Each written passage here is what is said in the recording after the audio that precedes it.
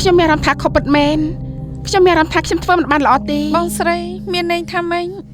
ដែលពួកយើងត្រូវនៅមើលថែលោកប៉ានេះការដែលលោកប៉ានៅរស់ព្រោះបានឧបករណ៍ពេទ្យជួយទេពេលខ្លះអភិនិហេតុនឹងកើតឡើងនោះជាបំណងរបស់ព្រះអាឡាមិនគួរចាញ់មរណៈស្មើគ្នានោះទេបែបនេះយករឿងសាសនាមកនិយាយធ្វើច្រឡះហើយណែប្រយ័ត្នសម្ដីផងធ្វើស្អីហ្នឹងស្បាត់ចំពោះមុខព្រះអាឡាពេលនេះអ្នកស្រីចង់សម្រាប់ប៉ាខ្ញុំហ៎មីងគ្រាន់តែចង់ការពារប៉ារបស់ក្មួយប៉ុណ្ណោះ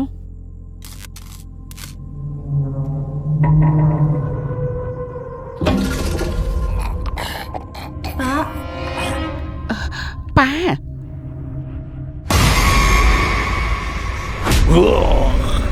គ្មាន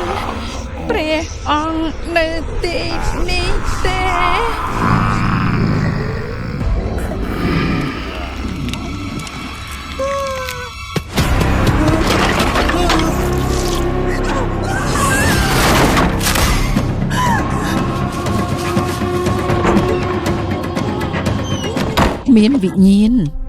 មានវិញ្ញាណនៅក្នុងរាងកាយប៉ាក្មួយ